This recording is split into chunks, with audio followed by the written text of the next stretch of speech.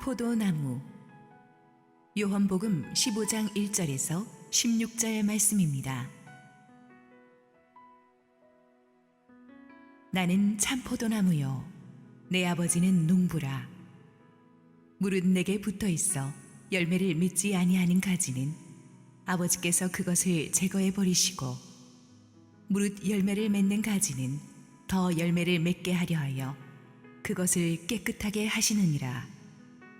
너희는 내가 일러준 말로 이미 깨끗하여졌으니 내 안에 거하라. 나도 너희 안에 거하리라. 가지가 포도나무에 붙어 있지 아니하면 스스로 열매를 맺을 수 없음 같이 너희도 내 안에 있지 아니하면 그러하리라. 나는 포도나무요 너희는 가지라. 그가 내 안에 내가 그 안에 거하면 사람이 열매를 많이 맺나니 나를 떠나서는 너희가 아무것도 할 수 없음이라. 사람이 내 안에 거하지 아니하면 가지처럼 밖에 버려져 마르나니 사람들이 그것을 모아다가 불에 던져 사르느니라. 너희가 내 안에 거하고 내 말이 너희 안에 거하면 무엇이든지 원하는 대로 구하라. 그리하면 이루리라.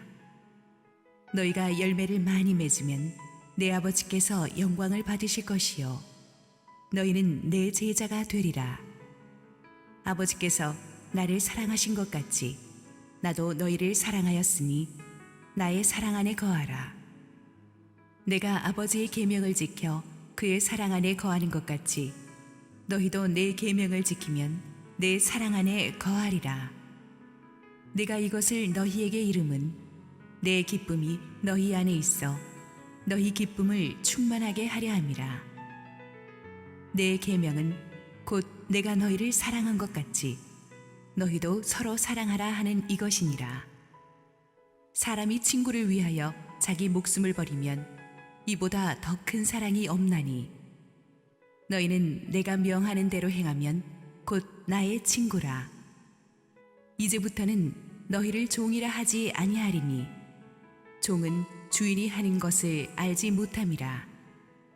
너희를 친구라 하였노니 내가 내 아버지께 들은 것을 다 너희에게 알게 하였음이라.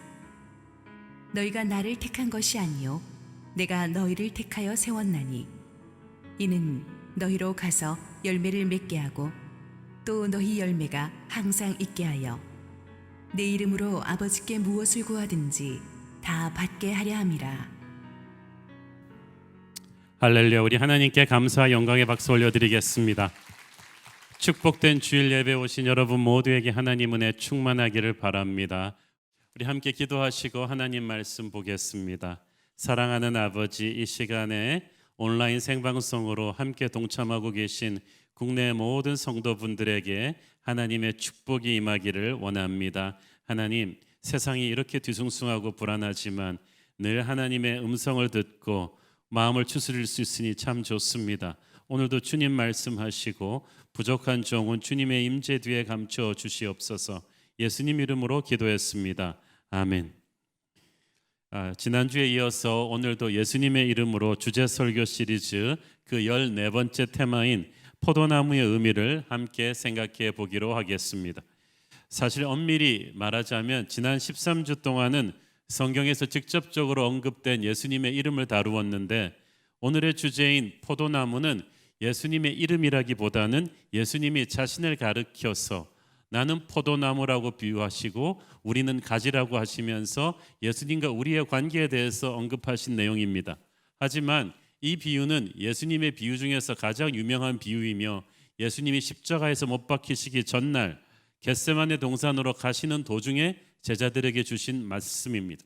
그렇기 때문에 이것은 예수님이 앞으로 하늘나라에 가신 뒤 이 땅에서 살아갈 제자들이 반드시 기억해야 될 중요한 메시지를 담고 있는 말씀이에요.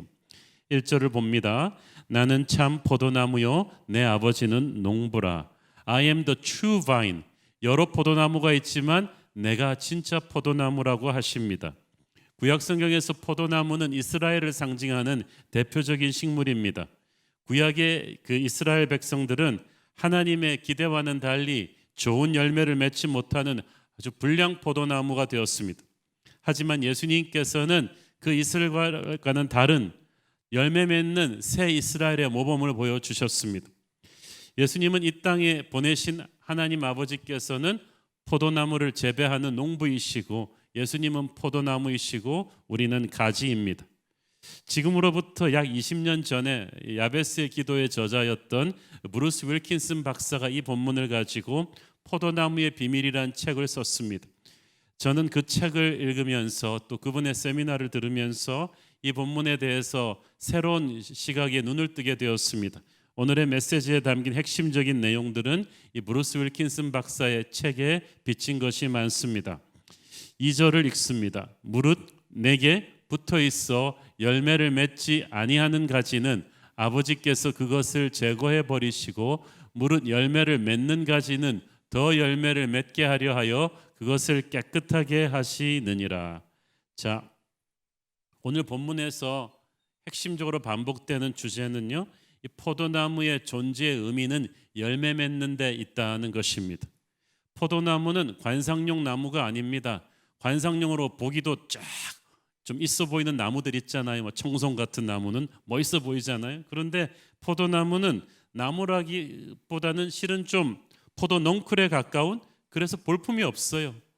또 그 향나무나 뭐 떡갈나무처럼 제목으로 쓰기에도 턱없이 부족한 나무입니다. 땔감으로 쓸만한 나무도 못 되고 썩혀서 거름으로 쓸 수 있는 나무도 아니에요. 그러므로 포도나무의 유일한 존재의 의미는 열매를 맺는 것입니다. 그래서 예수님께서 6절에서 열매 맺지 못하는 나무는 가지를 찍어서 불에 태울 수밖에 없다고 하신 거예요. 우리를 구원하신 하나님께서는 우리가 열매 맺는 삶을 사는데 지대한 관심을 갖고 계십니다. 그렇다면 주님께서 말씀하신 열매란 무엇입니까? 성경학자들은 내적인 열매와 외적인 열매의 큰 두 가지 의미의 열매가 있다고 말합니다. 내적인 열매는 우리 성품의 변화를 말하는 거예요. 이것은 갈라디아서에서 나온 성령의 열매입니다. 갈라디아서 5장 22절 23절 읽습니다. 오직 성령의 열매는 사랑과 희락과 화평과 오래 참음과 자비와 양성과 충성과 온유와 절제니 이 같은 것을 금지할 법이 없느니라. 이 성령의 열매들은 쭉 보시면 인격이에요. 예수님 닮은 인품으로 변해가는 것입니다. 사람들은 겉으로 드러난 직업이나 외모, 학벌이나 재력을 봅니다. 그러나 하나님이 보시는 것은 내 속사람이에요. 우리의 속사람이 얼마나 예수님 닮은 인격으로 변하고 있는가가 하나님의 지대한 관심사입니다. 우리는 교회에서 성경 공부나 교리 공부를 많이 하고 뭐 방언의 은사가 있고 하나님의 일을 많이 하면, 사역을 많이 하면은 하나님이 기뻐하실 거라고 생각하지만 예수님 닮은 인품의 열매가 맺어지지 않는다면 그건 다 의미가 없는 거예요. 열심히 성경 공부하고 방언 기도도 하는데 학교 가서 시험 볼 땐 컨닝을 한다. 이거는 성령의 열매가 없는 거죠. 그래서 우리는 항상 모든 영적인 훈련이 인격의 변화로 열매 맺고 있는가, 여기에 하나님의 관심이 있다는 것을 알아야 됩니다. 내적인 열매 외에 또 외적인 열매가 있는데, 첫 번째 외적인 열매는 우리를 통해서 변한 하나님의 백성들이에요. 선한 영향력이에요. 우리가 복음을 전해서 예수 믿게 한 사람들, 또 예수를 믿고 있지만 믿음이 차갑게 식어 있다가 우리의 멘토링을 통해서 믿음이 다시 살아난 사람들, 이런 분들이 다 우리가 맺은 외적인 열매들이죠. 많은 사람을 옳은 대로 돌아오게 한 자는 하늘의 별과 같이 빛날 것이라고 성경은 말합니다. 그만큼 우리가 사람을 예수 이름으로 변화시키는 게 축복받는 일이 열매라는 거예요. 외적인 열매는 또한 우리가 예수님 이름으로 하는 많은 사역들을 말합니다. 은혜 받고 나서 주일학교를 섬기고 성가대를 하고 기쁜 마음으로 헌금을 하고, 이런 모든 것들, 우리가 주신 재능과 재물과 시간을 써서 하는 사역들이 다 외적인 열매들이에요. 그 사역은 단순히 교회 안에만 머물러 있는 것이 아니라 교회 담장 밖으로 다 뻗어나가는 열매들입니다. 우리가 세상 직장에서도 예수님의 마음으로 최선을 다해서 세상을 더 아름답게 만들었다면 그 또한 주님이 기뻐하시는 열매인 것입니다. 예를 들어서 이번 코로나 바이러스 사태를 맞아서 이 방역 최전선인 대구 동산병원을 비롯한 여러 의료 현장에서 혹독한 여건 속에서도 묵묵히 최선을 다한 의사, 간호사 그리고 보건관계 직원들 가운데 크리스천들이 많습니다. 우리 성도들도 많습니다. 세상 속에서 그들의 희생적인 섬김은 다 주님이 기뻐하시는 열매들입니다.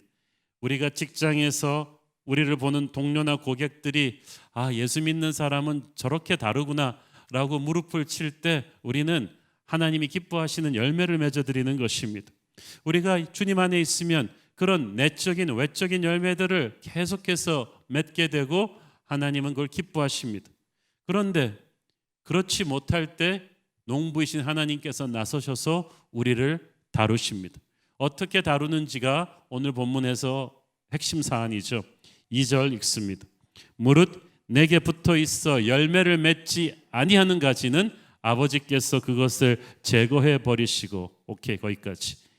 얼핏 보면 이 말씀은 마치 열매 맺지 아니하는 가지는 아버지께서 잘라버리시고, 즉 구원을 뺏어버리시고 하늘나라에서 쫓아내버리시고 이런 말처럼 들립니다.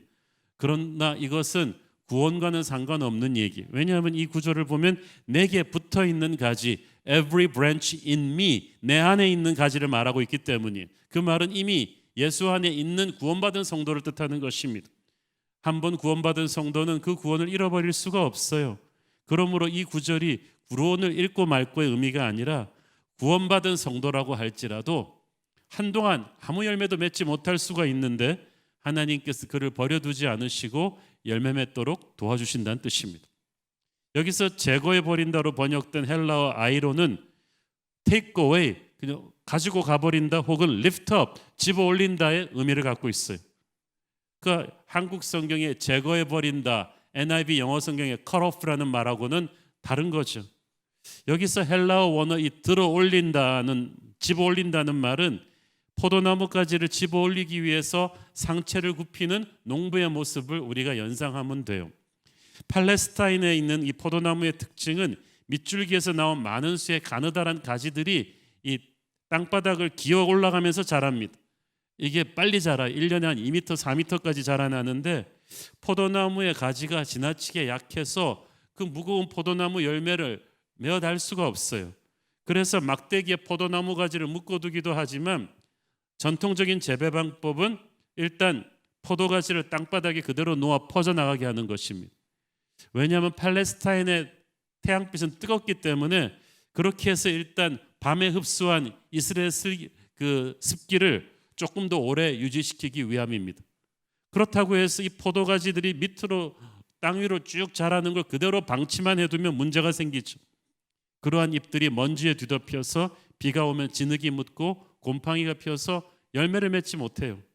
이때 농부가 물이 가득 담긴 양동이를 가지고 다니면서 그런 가지들을 찾아서 들어 올린 다음에, 여기서 아이로 lift up, 들어 올린다는 말이 나오는 거예요. 올린 다음에 씻어줍니다. 씻어준 다음에 울타리 주변에 매주거나 그 위에 묶어줍니다. 그러면 곧 무성하게 잘 자라면서 튼실한 열매를 맺어요. 이 들어 올린다는 헬라어 아이로가 거기서 나오는 거예요. 농부이신 하나님께서 땅에 떨어진 포도나무 가지들을 흙 속에 버려두지 않으시고 그 가지를 들어 올려서 닦아주시고 다시 열매를 맺게 도와주신다. 이게 영적으로 무슨 의미가 있느냐 하면 죄가 포도 잎사귀를 덮는 땅의 먼지와 곰팡이와도 같습니다. 공기와 빛을 차단하기 때문에 가지가 시들어지고 열매를 못 맺죠. 우리가 예수 믿고 구원받은 사람인데 죄에 빠져서 회개하지 않고 살아가는 성도가 그렇습니다. 그러니까 죄는 우리를 영적으로 무능하게 만들어요. 아무것도 할 수가 없어요. 그래서 농부이신 하나님께서 가지를 들어 올려서 씻어주는 작업을 하시는데 이것을 성경은 징계, 디스플린이라고 하는 거예요. 죄를 제거하는 거죠. 처음에는 말로 꾸짖으십니다.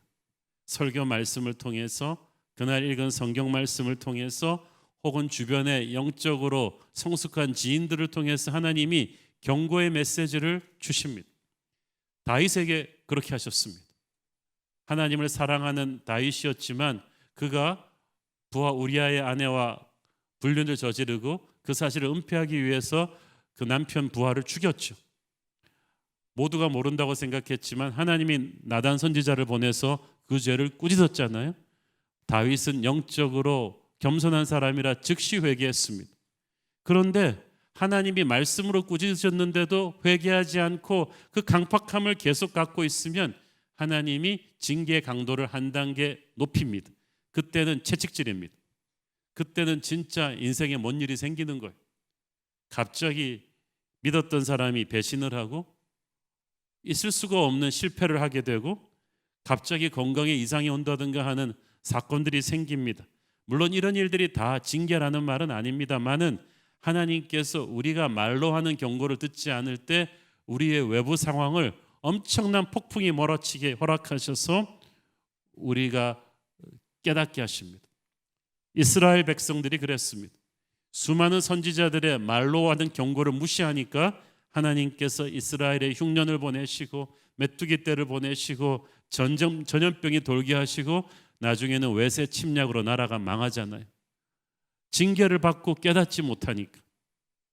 여러분, 하나님의 백성은 반드시 열매 맺는 삶을 살아야만 합니다. 그러나 죄에 빠지면은 영적인 능력이 없어져서 열매를 맺지 못하죠. 이 상태가 계속되면 하나님께서 반드시 징계로 개입하십니다. 왜냐하면 하나님은 작은 그릇, 못난 그릇은 사용할 수 있어도 더러운 그릇은 사용할 수 없거든요. 징계는 하나님이 참으실 수 없는 더러움, 죄를 제거하는 과정이에요.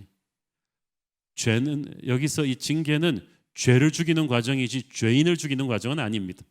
그러므로 우리는 이 징계의 매 속에서 하나님의 사랑을 읽고 있어야 돼요.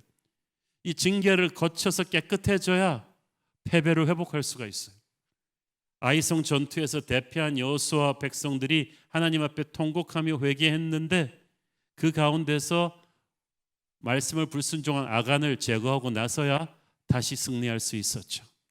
징계의 목적은 거기까지 가는 겁니다. 중요한 것은 하나님은 그 사랑하는 자만을 징계하세요.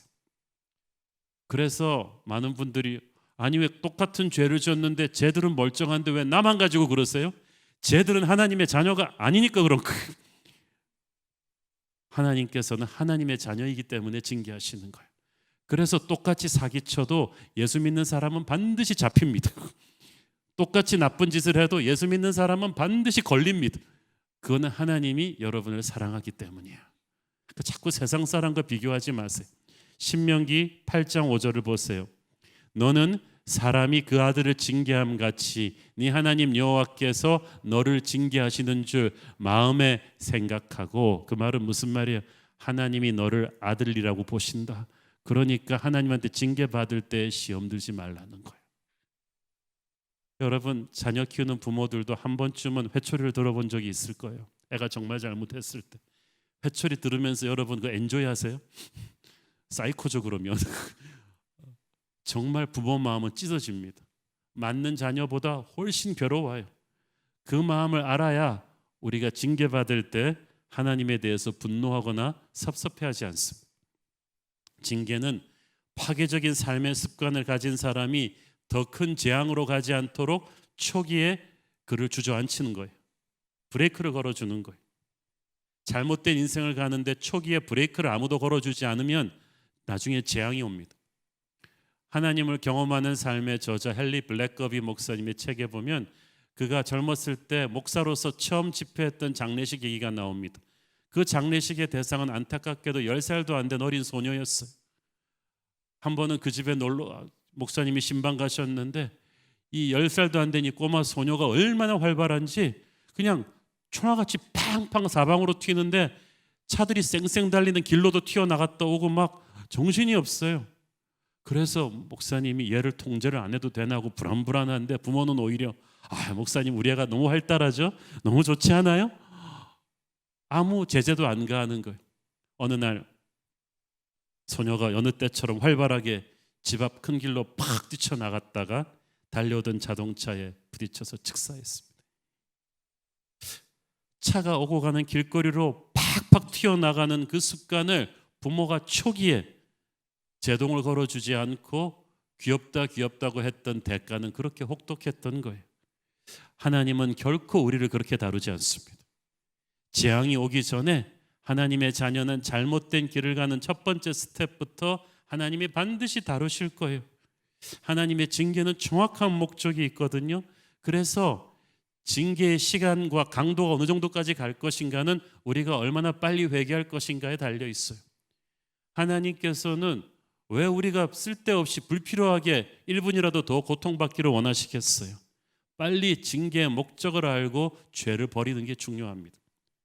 하나님의 징계는 절제된 징계예요. 사실 우리가 한 10대는 맞아야 되는데 하나님의 징계는 항상 한두 대로 끝을 냅니다.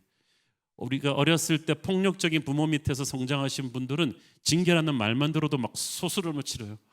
하나님의 징계도 그런 줄 알고. 그러나 하나님의 아버지의 징계는 이 땅의 불완전한 아버지들의 징계와는 달라요. 하나님은 격한 자기 감정에 사로잡혀서 자기의 이기적인 욕망으로 함부로 매를 휘두르는 이 땅의 아버지들과는 다르세요. 히브리서 12장 10절을 보십시오. 그들은 잠시 자기의 뜻대로 우리를 징계하였거니와 오직 하나님은 우리의 유익을 위하여 그의 거룩하심에 참여하게 하시느니라. 하나님의 징계는 절제되어 있습니다. 정확한 목적을 가지고 우리에게 임하기 때문에 우리가 그 징계를 받을 때 빨리 회개하면 되는 것입니다. 자, 열매를 맺지 못하는 가지는 징계로 죄를 제거하게 하시는데 열매를 또 조금밖에 맺지 못하는 가지가 있어요. 이 2절 후반부를 보세요. 무릇 열매를 맺는 가지는 더 열매를 맺게 하려 하여 그것을 깨끗하게 하시느니라. 영어 성경 보니까 깨끗하게 한다를 프루닝이라고 하죠. 가지치기를 말하는 거예요. 포도나무 가지가 열매를 맺고 있긴 있어요. 그렇지만 하나님이 원하시는 것만큼 맺지 못하고 있어요. 그러면 하나님이 그 정도면 됐다고 안 하세요. 더 풍성한 과실을 맺게 하려고 하시는데 이건 하나님의 욕심이 아니라 비전이에요. 왜냐하면 하나님께서 그만큼 우리에게 주셨단 말이에요. 10달란트를 준 종에게는 10달란트를 요구하시는 거예요.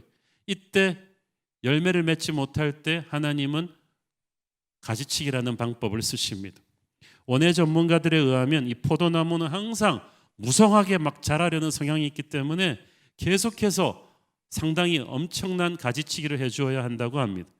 그렇지 않으면 포도 농쿨이 빽빽해져서 열매가 달려야 하는 부분까지 햇빛이 닿을 수도 없고 또 영양분이 분산되는 바람에 과실이 좀 짜잘하게 많이 맺히고 튼실하게 맺히지 못하기 때문이에요. 특히 가지치기를 해주지 않으면 포도나무는 열매를 제대로 맺기보다는 자기를 과시하려고 해요. 막 무성하게 퍼져나가요. 그래서 멀리서 보면 아주 아름다워 보이지만 가까이 다가보면 보기와는 달리 과실이 빈약해요. 그야말로 유명무실한 거죠. 정말 빛 좋은 게살구 같은 포도나무예요. 그래서 농부는 가지만 무성하게 하면서 폼만 잔뜩 잡고 있는 포도나무 가지를 과감하게 가지치기 해서 영양분이 집중되게 합니다. 하나님의 가지치기를 다르게 표현하자면 우리의 삶을 심플하게 정리해 주십니다. 많은 크리스천들이 죄는 아닌데 너무나 많은 괜찮은 것들, 부수적인 것들을 너무나 많이 하고 있어요. 그래서 영적인 집중력이 흐트러져요. 시간과 재능이 너무 사방으로 분산이 되어 있는 거예요. 그래서 정작 하나님의 일을 위해서 최고의 일을 하려고 할 때는 100% 힘을 발휘하지를 못해요. 이거는 마치 손흥민 선수가 말이죠. 월드컵을 앞두고 사진 모델하고 그리고 어디 가서 홍보대사하고 그런 거 막 하느라고 정작 나라를 위해서 월드컵에서 최고의 힘을 발휘해야 될 때는 잠도 못 자고 비실비실해서 역량을 못 발휘하는 것과 똑같은 거예요. 나쁜 일은 아니지만 손흥민 선수는 그거 하고 있으면 안 되는 거예요. 하나님께서도 우리 각자에게 주신 하나님의 핵심 사명이 있는데 우리가 이것저것을 너무나 많이 하다가 그 핵심 사명에 집중을 못해요. 100%를 거기다 쏟아부어야 되는데 70, 30도 못 쏟아부을 때 하나님께서 우리의 인생을 가지치기 하세요. 자, 여기서 중요한 것은 가지치기와 징계는 다릅니다. 징계는 죄 때문에 아무 열매도 맺지 못하는 성도에게 행해지는 것입니다. 그래서 징계를 당할 때는 회개를 해야 돼요. 그러나 가지치기는 이미 열매를 맺고 있지만 이것저것 다 잘하려고 하다가 하나님이 원하시는 집중적인 열매를 맺지 못할 때 행해지는 것입니다. 그래서 징계가 죄를 부수는 거라면 가지치기는 내 자아를 부수는 거예요. 내가 모든 것을 다 잘하고 나를 쇼업하고 싶어하는 그 모든 것들을 정리하시는 거예요. 징계를 당할 때는 회개해야 되지만 가지치기 당할 때는 내려놓아야 됩니다. 내가 꽉 잡고 이것저것 다 하려던 모든 것들을 다 내려놓고 하나님에게 맡기는 거예요. 그러면 하나님이 싹 정리하세요. 그리고 내게 돌려주십니다. 그래서 이 가지치기 당할 때는요, 징계 못지않게 힘들어요. 왜냐하면은 죄는 아닌데 내가 정든 것, 익숙한 것들, 괜찮은 것들이 너무나 많이 내가 내려놔야 되거든요. 근데 이 징계와 가지치기를 그래서 분간을 잘해야 되는 게 이것을 분간하지 못하면 하나님에게 대해서 계속 화가 나게 돼요. 낙담에 빠져서 죄를 짓게 되죠. 그러면 가지치기를 당하다가 다시 징계를 받는 상황이 올 수도 있어요. 그래서 이 가지치기와 징계를 잘 분별해야만 합니다. 기도하면서 주님, 제 삶에 혹시 주님 기뻐하지 않은 중요한 죄, 은밀한 죄가 있습니까? 이것을 가르쳐 달라고 기도합시다. 죄가 있다면 성령께서 알려주실 거예요. 그런데 그때는 회개하면 되는데 이건 죄가 아니고 내 어지러운 삶을 정리하는 가지치기라면 이제는 하나님께 말하는 게 달라져야죠. 주님, 제가 무엇을 내려놓기로 원하십니까? 여러분, 가지치기는 믿음의 여정에 평생 계속되는 거예요. 아니, 여러분이 영적으로 더 성숙할수록, 교회 직분이 더 높으면 높을수록 가지치기의 강도가 세집니다.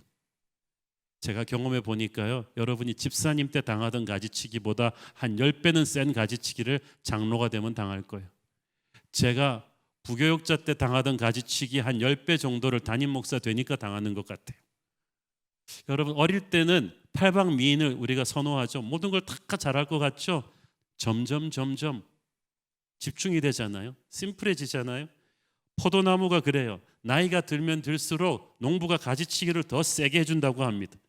매년 포도나무가 열매 맺을 수 있는 능력이 커지는데 열심히 가지치기를 그만큼 강하게 해주지 않으면 가지가 약해져서 튼실한 열매를 못 맺기 때문이에요. 성숙한 가지들이 가장 세게 가지치기를 당하는 이유는 그만큼 이것저것 하는 게 많기 때문이에요. 그래서 힘이 분산되어서 맥시멈 집중력으로 열매를 못 맺기 때문입니다. 자, 가지치기 초기 과정에서는 우리의 부산한 삶의 스케줄과 우선순위들이 정리가 되는데, 가지치기의 고급 단계로 가면 어떻게 되느냐 하면 하나님께서 우리의 가치관을 건드리세요. 네 인생에 가장 중요한 것이 뭐냐? 우리 입으로는 주님이 가장 중요해요 그러고 있는데, 실은 우리가 주님 이상으로 중요하게 생각하며 집착하고 있는 게 있어요. 그것을 주님이 정확하게 전곡을 찌릅니다. 그리고 주님이 우리의 정체성을 건드리십니다. 너는 누구냐 도대체? 야곱은 평생 남을 속이는 자로 살았지만 주님이 가지치기를 계속 하시니까 결국은 이스라엘이 나중에 되지 않아요? 하나님의 방백이 됩니다. 이렇게 우리의 정체성과 우리의 가치관을 완전히 다시 개조하는 이 작업을 우리는 성경에서는 믿음의 시련이라고 하는 거예요. 죄가 아니에요. 믿음의 영웅들, 아브라함 같은, 요셉 같은 사람에게도 행해지는 괜찮은 하나님의 사람을 위대한 하나님의 사람으로 하나님께서 심플하게 불같은 연단의 불을 통해서 만들어내는 과정이에요. 이 가지치기의 영역들이 참 굉장히 파워풀합니다. 아이가 아파서 병원에 왔는데 어디가 아픈 줄 모르고 울어대면 의사가 짐작가는 이것저것을 짚어줍니다. 여기가 아파? 저희가 아파? 그런데 진짜 아픈 데를 의사의 손이 꽉 누르면 엄청난 고통이 와요. 그러면 아이가 비명을 지르죠. 하나님께서 우리에게 가지치기를 하실 때 하나님이 딱 누르는 그 포인트가 우리가 엄청난 고통을 느끼는 것이에요. 그 느낌은 무슨 말이냐 하면 이제부터 내가 여기를 작업할 거야. 여기를 주목해. 내가 이제부터 작업할 곳이기 때문에 이제부터 아파. 가지치기를 통해서 하나님이 누르는 데가 어디냐 하면 내가 가장 사랑하는, 내가 가장 포기하지 않는, 내가 가장 정들었던 어떤 것이에요. 그래서 하나님이 눌렀을 때 우리가 전곡을 찔려서 그것만은 안 되는데 하는데 그것만은 안 된다는 그게 문제이기 때문에 하나님이 지금부터 작업을 해야 돼요. 내가 그거 없이는 못 산다고 하는 것들을 내려놓기 때문에 가지치기가 정말 힘든 거예요. 그런데 그게 최고가 아니기 때문에 하나님이 내려놓게 하시거든요. 우리가 가진 돈도 소유물도 다 가지치기의 영역이죠. 동방의 의인 욥은 예수 잘 믿는 부자였어요. 자기는 하나님을 돈보다 더 사랑한다고 생각했어요. 그런데 돈을 다 잃고 나니까, 재물을 다 잃고 자식도 다 잃고 나니까 욥이 영의 눈이 떠졌어요. 주시니도 여호와시요 취하시니도 여호와시니이다. 이전에는 내가 귀로만 하나님에 대해서 들었는데 이제는 눈으로 봅니다. 이 모든 고백들이 돈을 다 잃어버리고 나서 나온 말이에요. 욥의 영의 눈이 떠지니까 가지치기가 끝났어요. 욥에게는 그 재산이 2배로 다시 회복이 되었죠. 우리가 가진 돈뿐 아니라 우리가 소유하고 있는 모든 것들이 우리의 자존심의 상징이잖아요. 이게 무너져야 돼요. 왜 우리가 무리해서 수입보다 더한 외제차를 사고 수입보다 더한 집에 이사를 가고 그렇게 무리해서 아이들을 푸시해서 좋은 대학교를 보내고 이렇게 하려고 합니까? 이게 내 자존심이에요. 내 무리해서 막 회사 건물을 만들고 조직을 만들고 나를 지켜줄 거라고 믿는 자존심의 아성을 만들어 놓는 거예요. 그런데 자기가 약할수록 이 자존심이 세요. 기드온 보세요. 아주 집안도 미천하고 굉장히 겁이 많은 사람이니까 하나님께서 이스라엘을 구원할 사사로 세우셨을 때 어떻게 합니까? 하나님은 강한 용사라고 하셨는데 자기는 아니에요. 그런데 이스라엘 예비군을 모집해 보니까 32,000명이 왔어요. 기드온은 그때 그래 용사라면 이 정도는 돼야지.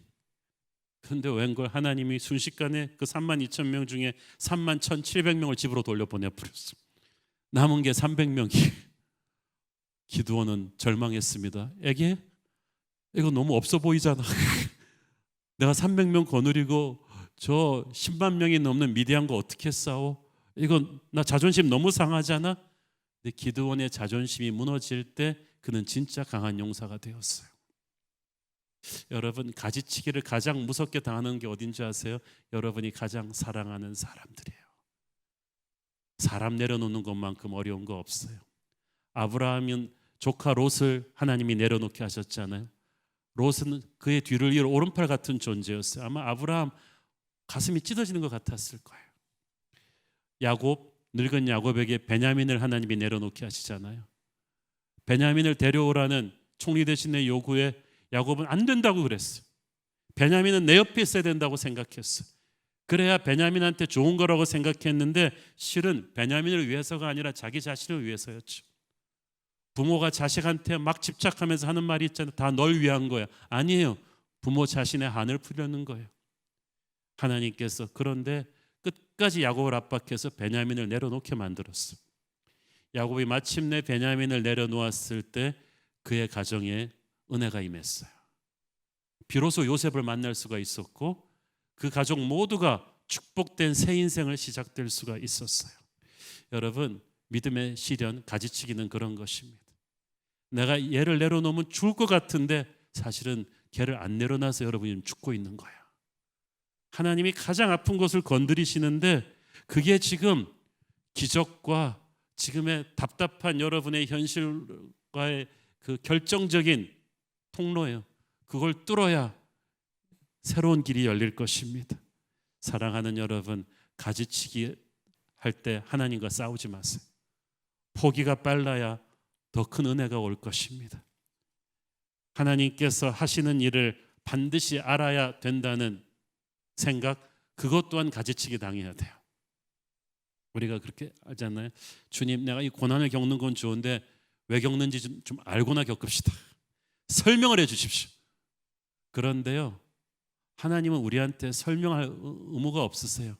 하나님의 설명 다 듣고 우리가 따라가겠다면 그건 하나님이 우리의 종이지 주인이 아니에요. 그는 우리의 주인이시기 때문에 설명하실 필요가 없어요. 그는 우리의 인생을 주도할 권리가 있으시기 때문에 주님은 나의 도움이 아니라 나의 순종을 원하세요. 그래서 하나님이 나한테 좀 설명해 달라는 이 권리를 내려놓는 게 쉽지가 않아요. 그러나 그것도 가지치기 당해야 돼요.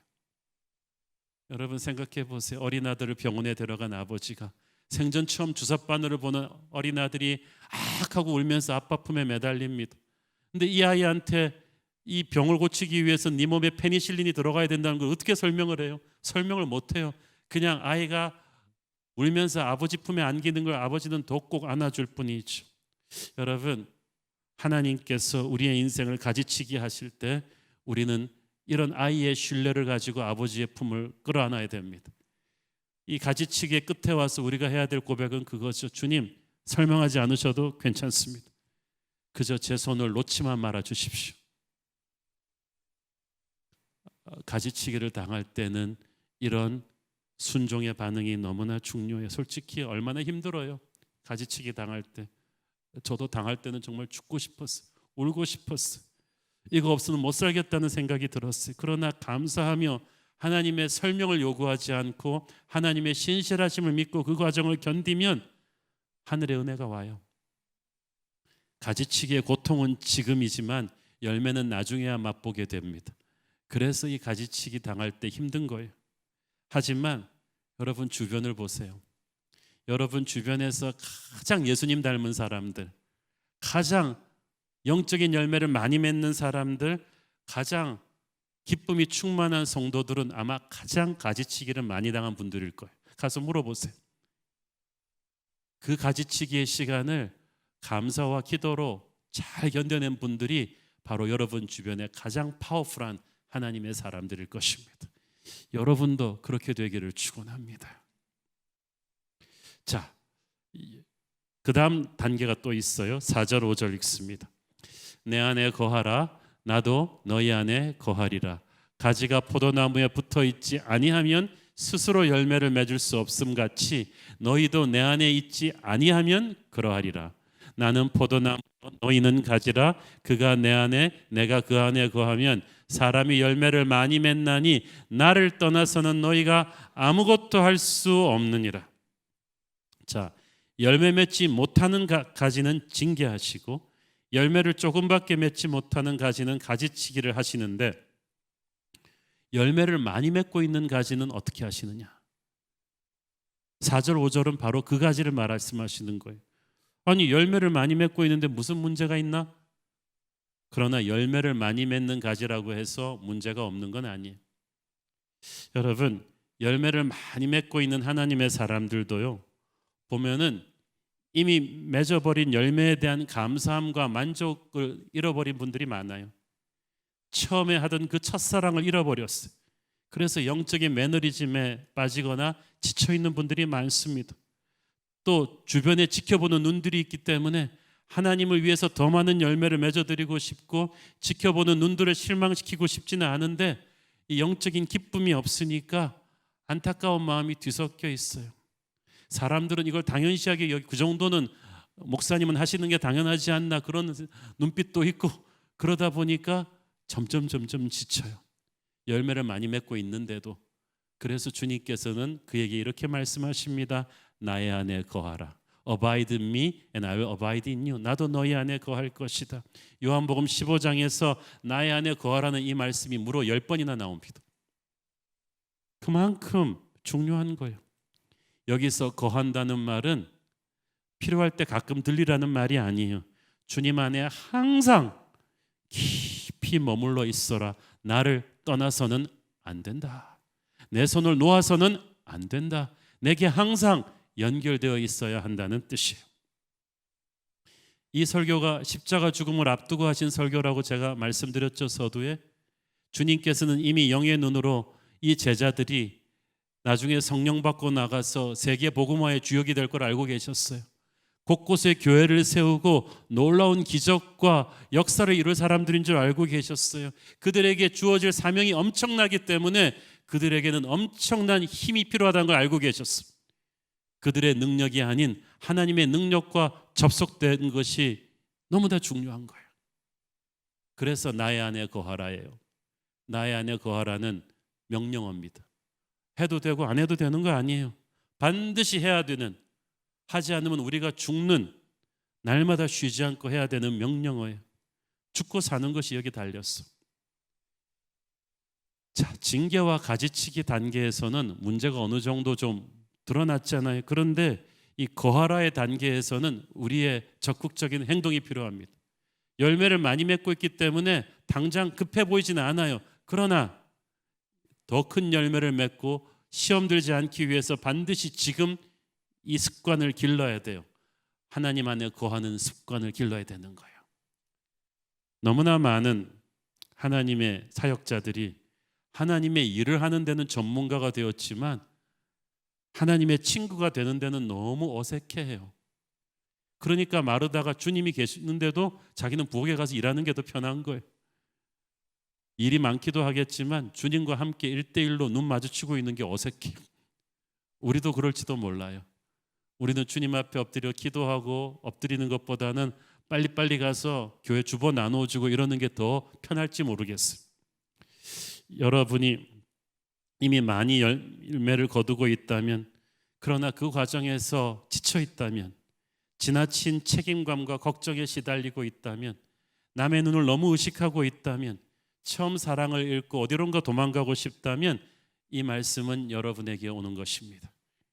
어느 순간에서부터인가 하나님의 일을 하느라고 너무 바빠서 하나님의 임재를 더 이상 엔조이하지 않게 되었고, 하나님의 힘으로 하는 것이 아니라 하나님의 일을 인간의 힘으로 하다 보니까 여러분이 지금 번아웃이 되고 기쁨이 사라지고 분노와 짜증이 많은 거예요.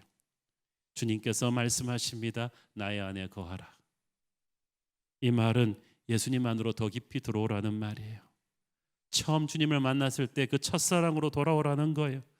그분의 음성에 반응하고 그분의 노래에 춤을 추면서 하나님을 위해 일하던 것을 잠시 멈추고 하나님의 임재와 함께하는 것을 집중하라는 거예요. 그때 너의 삶의 회복이 시작될 것이다. 활기가 다시 들어올 것이다 라는 뜻입니다. 사도행전 7장에 보세요. 교회에 위기가 왔을 때 사도들이 어떻게 합니까? 말씀과 기도에 전무하리라. 이들은 그때 딱 들은 거예요. 나의 안에 거하라. 나의 안에 거하라. 네가 열매를 많이 맺느라고 지쳐 있구나. 나의 안에 거하라. 요한 웨슬리, 마틴 루터 같은 영적인 거인들도 자기 개인이나 사역이 위기가 왔을 때는 항상 주님의 그 음성을 들었어요. 나의 안에 거하라. 그래서 그는 다른 방법으로 문제를 푼 게 아니라 어디 하와이 휴가 가서 문제를 푼 게 아니라 주님의 임재 안으로 더 깊이 들어온 거예요. 여러분, 주님의 일을 하다가 영혼이 상처를 받았을 때, 지쳤을 때 그것을 주님 밖에서 풀 수는 없어요.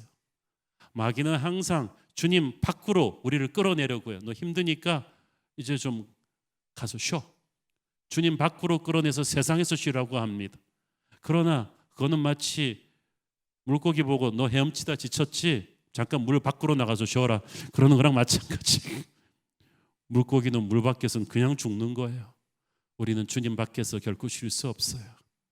우리는 주님 안으로 더 깊이 들어와야만 돼요.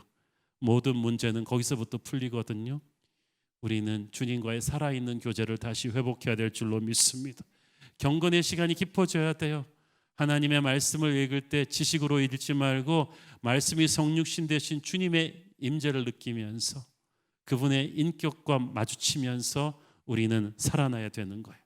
그렇게 주님 안에서 깊이 거하는, 주님과 동행하는 습관이 붙은 성도에게는 엄청난 특권이 주어지는데 그것이 기도응답이에요. 7절을 보세요. 너희가 내 안에 거하고 내 말이 너희 안에 거하면 무엇이든지 원하는 대로 구하라. 그리하면 이루리라. 주님의 임재 안에 계속 거하는 사람은요, 주님의 생각과 그 사람의 생각이 딱 하나가 되어 있어요. 주님의 마음과 그 사람의 마음이 하나가 되어 있어서요, 그가 기도하는 게 주님이 원하는 거예요. 기도 응답이 안 될 리가 없잖아요. 그래서 그는 마치 하늘 창고에 만능 열쇠를 갖고 다니는 것과 똑같아요. 그래서 어떤 일을 만나도 패닉하지가 않아요. 서럽고 억울한 일을 당해도 잠시 움찔하긴 하지만 다시 오뚜기처럼 일어납니다. 이런 사람에게는 11절 말씀대로 주의 기쁨이 충만할 것입니다. 사랑하는 여러분, 우리의 포도나무 되시는 주님에게 항상 붙어 있어야 됩니다. 그것이 모든 마귀의 시험을 이기고 모든 영적인 탈진을 예방하며 주께 풍성한 열매를 열어드리는 첩경인 줄 믿습니다. 기도하겠습니다.